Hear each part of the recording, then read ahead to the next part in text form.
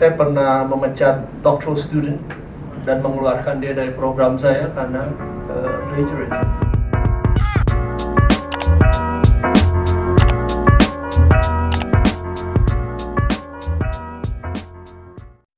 It's not about being half empty atau half full ya.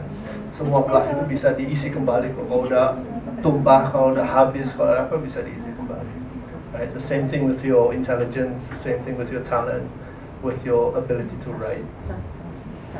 We have a last session discussion, just informal discussion tentang plagiarism, yeah? And citation and referencing. I'm sure some of you, atau if not all of you, itu pernah menghadapi masalah ini. I know saya pernah menghadapi masalah ini. Maksudnya saya pernah memecat doctoral student dan mengeluarkan dia dari program saya karena plagiarism. Baru tahun lalu, Pak. Mungkin 1,5 tahun yang lalu. So, ini menyangkut masalah integrity, menyangkut masalah honesty, menyangkut juga masalah credibility. Yeah. Intinya adalah don't do it. Right? Jangan pernah.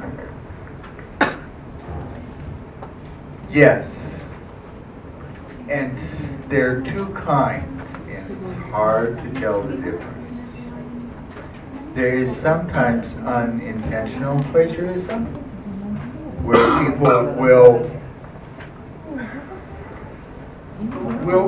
people will, in a general sense, say, as Einstein has shown. And then they go on and then they quote what Einstein wrote, but they don't put it in quotation marks. So you can't tell whether it's their writing. Well, no, actually you can. That's the point. But it looks like you can't tell whether it's their writing or Einstein's writing. And yeah, Dickie is quite right. You know, I hate to say it.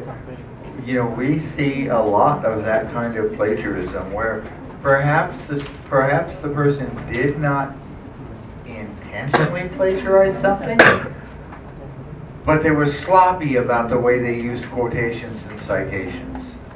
If you're going to use a direct quotation, always, always, always do one of two things. Put it in quotation marks, or single space it and indent it. So it's absolutely clear what you wrote and what you're quoting. And there are now programs, there are now some pretty nifty computer programs. And I do some online teaching in the US. I want to make sure that everybody understands that this is not just an Indonesian problem. I do some undergraduate online teaching in the US sometimes. Every single paper I get turned in, I run through a plagiarism checker. Because it's so common that people will go find something somewhere on the web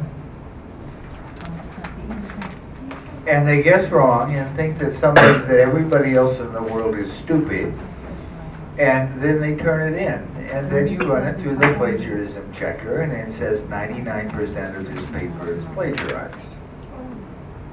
And these programs get better and better all the time. So don't do it.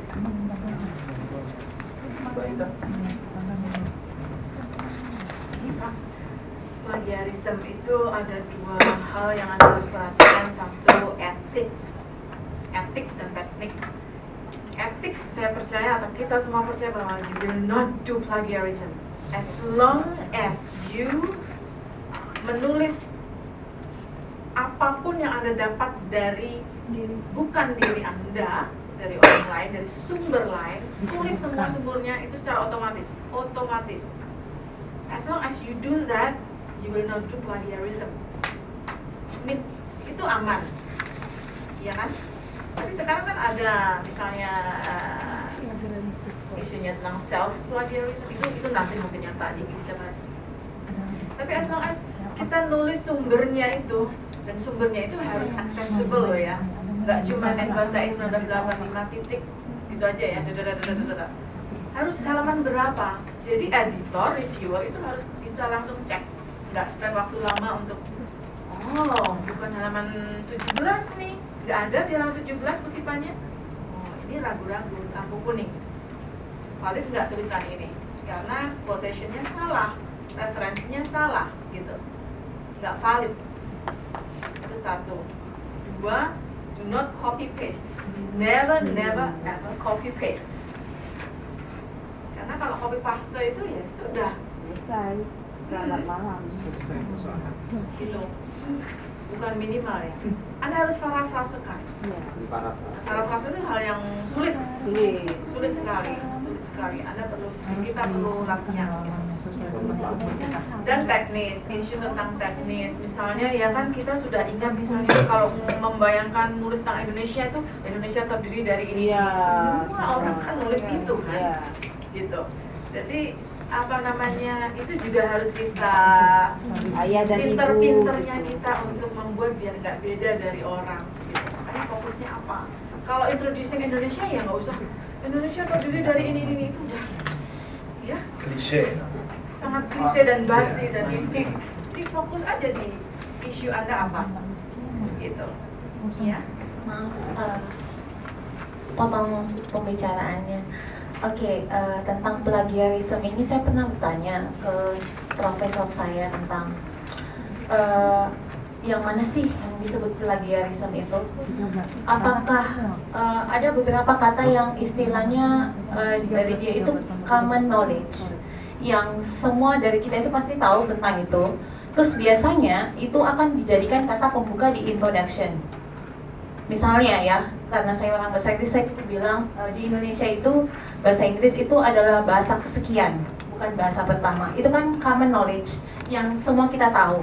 Nah, menurut dosen saya, kita tidak harus menyertakan siapa yang pertama kali membuat kalimat itu, karena itu katanya itu tidak disebut plagiarism, meskipun ada orang yang pernah mencetuskan kalimat itu. Katanya itu tidak disebut plagiarisme karena itu adalah common knowledge. Jadi hal yang orang general ya sudah ditahu. Terus gimana kalau misalnya yang seperti Mbak bilang harus itu sebenarnya yang mana sih? Apa itu benar? Saya mau tanya apa yang seperti dosen saya katakan itu benar. Kalau common knowledge we don't have to put the name because it's general. Tapi gimana ya? Is that true or hanya berlaku untuk itu hanya opinion or own opinion atau it's real? That's completely correct. You do not have to put in a reference that says the current leader of the Roman Catholic Church is Pope Francis. That does not require a footnote. And there's a huge, Indonesia is the country with the world's largest Muslim population. That does not, in most instances, that does not require a footnote. It's always a judgment call, but if it's something that no reasonable person would question, then you don't need a footnote. You don't need a footnote to say the earth is round, right? So, but yeah, things that are common knowledge don't require footnotes. But I would say, if it's really common knowledge, why state it? Is it really necessary for you to state it? Buat apa? Kalau semua orang sudah tahu bahwa bahasa Inggris itu adalah bahasa yang kedua, ketiganya bagi orang Indonesia, then why write it? Buat apa? Okay, so Find other ways and means to express. yeah, Dickie, hold on a second. okay. That issue was actually important this morning because there was a distinction between English as a second language and the fact that for most Indonesians, learning English is not learning a second language, it's learning a third language. and that has important implications. So that, in that case, you might, for non-Indonesian readers, We have to introduce it. it either needs a footnote or it needs an explanation that may or may not need a footnote, right? Because that might not be, as what you said, common knowledge. Right? It's Tapi not- kalau if it's, I mean, if English is our third language or fourth language for most Indonesians, that's a unique knowledge. That's not common knowledge. It's different with common knowledge.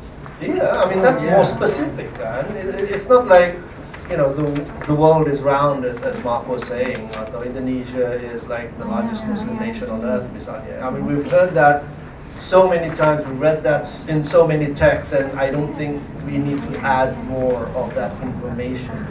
Here's a very concrete example on that one.